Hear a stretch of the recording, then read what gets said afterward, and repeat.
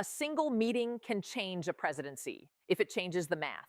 And the reason this story is moving so fast is simple. The public is seeing party unity, but insiders are watching something else entirely. A coordination problem breaking in real time. When top Senate leaders stop acting like a team, Washington doesn't just get messy, it becomes unpredictable. Now, before we go 1 inch further, we're doing this the brief desk way. We separate what's confirmed, what's claimed, what's unknown, and what to watch next. Because breaking is where misinformation thrives, especially when it involves internal party revolt. Here's the core question tonight. Did Senate Republican leadership actually break with Trump in a meaningful, measurable way? Votes, letters, formal moves, or are we watching a narrative designed to look bigger than the evidence? Let's lock down what's real. Start with the claim people are repeating, that Senate leaders abandoned Trump and Washington is in open revolt. That might be true in spirit, but spirit isn't evidence.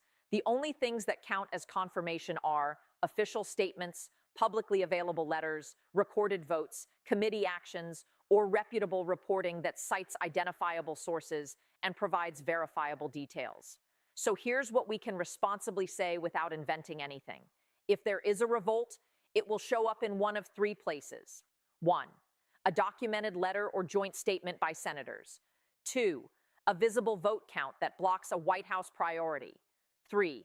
A leadership action, refusing to schedule a vote, refusing to campaign, refusing to defend, or openly setting limits.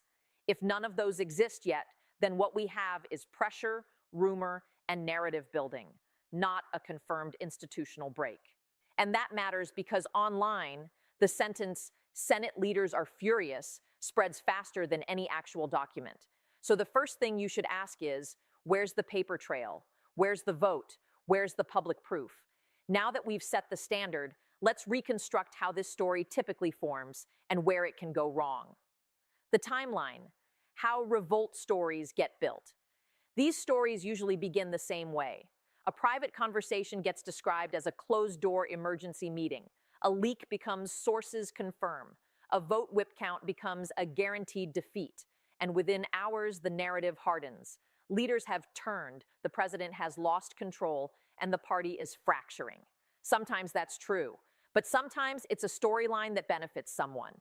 A faction trying to force distance, a rival trying to create inevitability, or content creators chasing adrenaline. So here's what we track, step by step, in a real verification timeline.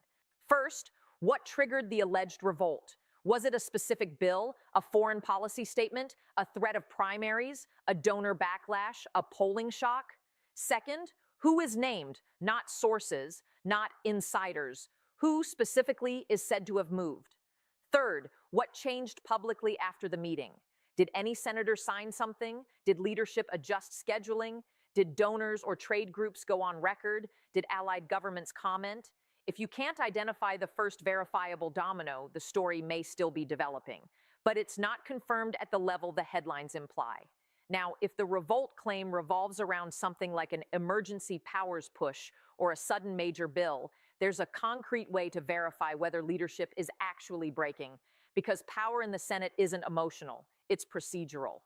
The mechanism, how Senate leadership actually breaks with a president. Here's what most people miss. Leadership doesn't have to scream, "I'm against him," for a rebellion to be real. They can do it with schedule control, committee bottlenecks, floor timing, and whip math. A president can demand a vote all day long, but the Senate doesn't move because of demands. It moves because of procedural permission. So if this story is real, you'll see signs like a key vote delayed, a bill not brought to the floor, a "we're not doing that" statement from leadership, or a clear blocking coalition forming. And this is the real leverage point. The Senate is not a stage, it's a gate. Now, the competitor script leans heavily on dramatic specifics, exact timestamps, exact vote counts, exact private audio quotes. Those can be powerful, but only if they're real and documented. If they aren't documented, they become a credibility trap. And your audience, especially skeptical fact checkers, will feel it instantly. So in this script, we don't pretend to know what we can't prove. Instead, we map incentives. Incentive map, why Senate leaders might distance themselves. There are 3 reasons senators break with a president. First, survival math. If internal polling or donor pressure flips the risk calculation, loyalty becomes liability. Second, institutional self-defense. If senators believe a move weakens the Senate as a co-equal branch, they may draw a line, not out of morality, but out of power preservation. Third, international or national security blowback. If allies react, markets react, or Pentagon-adjacent voices react, senators feel heat in a way the White House sometimes doesn't. And here's the contrast framing you need to keep viewers locked in. Trump's brand is control. The Senate's power is independence. Those two can coexist only as long as senators accept the fear-based bargain. But fear has a shelf life. Because if senators believe the punishment is coming either way, primaries, attacks, humiliation, then the fear stops working.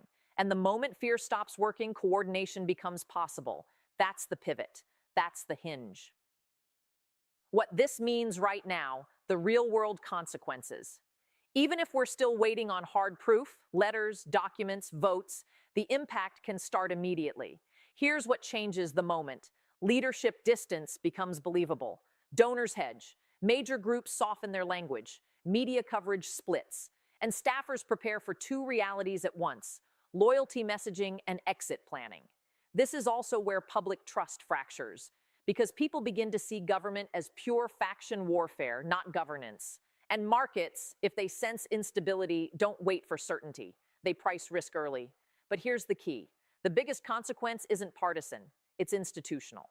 If a president believes Congress works for him and Congress begins acting like it doesn't, the clash becomes public. And that creates a dangerous incentive: escalation. Which brings us to the next 72 hours. The window the competitor keeps pushing, for good reason, because this is where the narrative becomes reality, or collapses as hype. The next 72 hours, 3 scenarios, clearly labeled. Scenario A, the revolt collapses, low to moderate probability. This happens if no hard evidence emerges. No letter, no coalition, no blocked vote, no public line from leadership. In that case, the story becomes: tension exists, but control remains. Content will still claim revolt, but the Senate will move normally. This scenario is confirmed if leadership proceeds with the president's priorities without meaningful resistance. Scenario B, the revolt becomes a stalemate, most likely. This is the classic Washington outcome. Leadership draws boundaries, but avoids total war. A bill gets blocked. A vote gets delayed. Statements get carefully worded. Nobody says we're done, but the president doesn't get what he wants.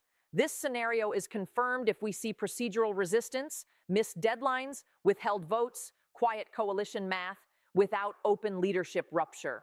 Scenario C, full rupture, high impact, lower probability. This is the headline outcome: formal break, open warfare, primary threats, donor splits, and a coalition forming that can block the White House repeatedly. This scenario becomes real if you get a signed letter with names, a clear vote count that defeats a major push, or leadership publicly committing resources against MAGA challengers. And here's the FOMO trigger that's real, not hype.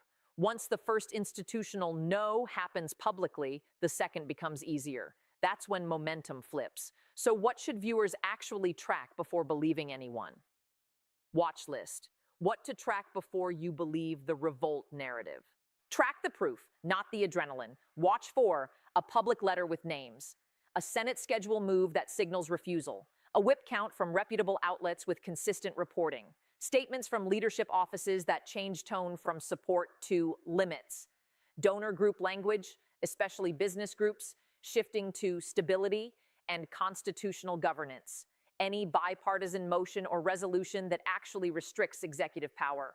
And finally, whether Trump escalates by naming primary targets. Because if the revolt is real, it will leave footprints everywhere. And if it's not real, it will stay trapped in vague language. Sources, fury, chaos, open revolt with no documents. We'll follow the record. We'll update if the record changes. And we'll correct fast if anything we said turns out wrong, because this channel doesn't chase hype. If you want the verified breakdown as it develops, subscribe and keep your eyes on the next procedural move, not the loudest headline.